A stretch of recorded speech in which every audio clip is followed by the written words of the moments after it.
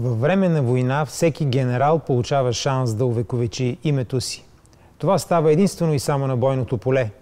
Много пълководци биха се гордяли с превземането на силна крепост. Вижте сега историята на един български офицер, стратег, тактик, военен с високо достоинство и горд нрав.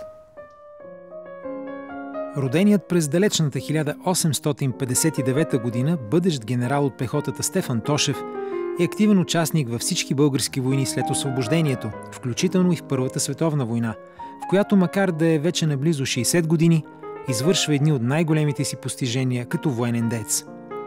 След включването на България във военните действия, на него е поверено командването на Трета българска армия, която през 1916 води успешни боеве на Добруджанския фронт срещу руско-румънски войски с цел освобождаването на Добруджа от румънска власт.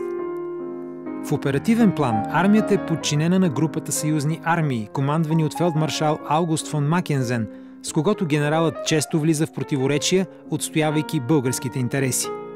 При щаба на Трета армия, като офицер за поръчки от страна на главната квартира, е аташиран княз Борис, тогава млад поручик. От това време датира и възхищението на бъдещия цар към генерал Тошев. За връх в бойната кариера на генерала се смята битката за превземането на Тутракан.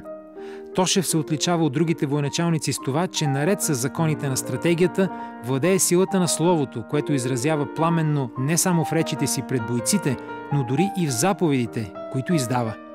Помни се 2 септември 1916, когато програмява призивът: „Юнаци, ще ги биете, ще ги смачкате, ще вземете Тутракан“.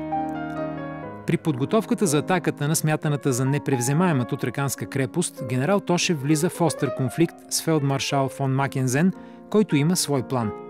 Немският военачалник предлага поетапно овладяване на Добруджа, а силно укрепените от румънците военни крепости Тутракан и Силистра да бъдат обсадени и атакувани по-късно. Обаче Тошев предусеща бъдещия провал. Потенциалът на Трета армия ще се разпилее безсмислено, а разтеглянето на бойните действия във времето крие опасност от погром на фона на очакваната многочислена руска подкрепа за румънците. В крайна сметка е приет планът на българския генерал.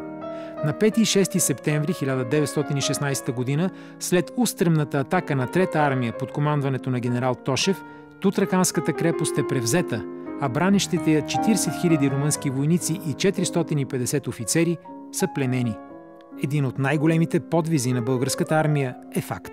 Въпреки огромния успех, негативните чувства между Макензен и генерал Тошев довеждат до нови персонални конфликти. Фелдмаршалът настоява нашата армия да настъпи незабавно на север, но Тошев отказва. Нетърпимостта между тях нараства при Кубадин. Немецът се опитва да отстрани изцяло българския си колега от високия военен пост. Българският командир не получава подкрепата на върховното командване и на 23 ноември 1916 година е принуден да подаде оставка с думите: „Ние не сме наемници“. На 25 март 1917 е издигнат в най-високото звание в тогавашната армия – генерал от пехотата. През 1918 година е командир на 4-та българска армия, която отбранява левия бряг на Струма и брега на Бяло море. След края на войната, през юни 1919, генерал Тошев преминава в запаса и се посвещава на обществена и писателска дейност. Умира внезапно от сърдечен удар на 27 октомври 1924 година в Пловдив.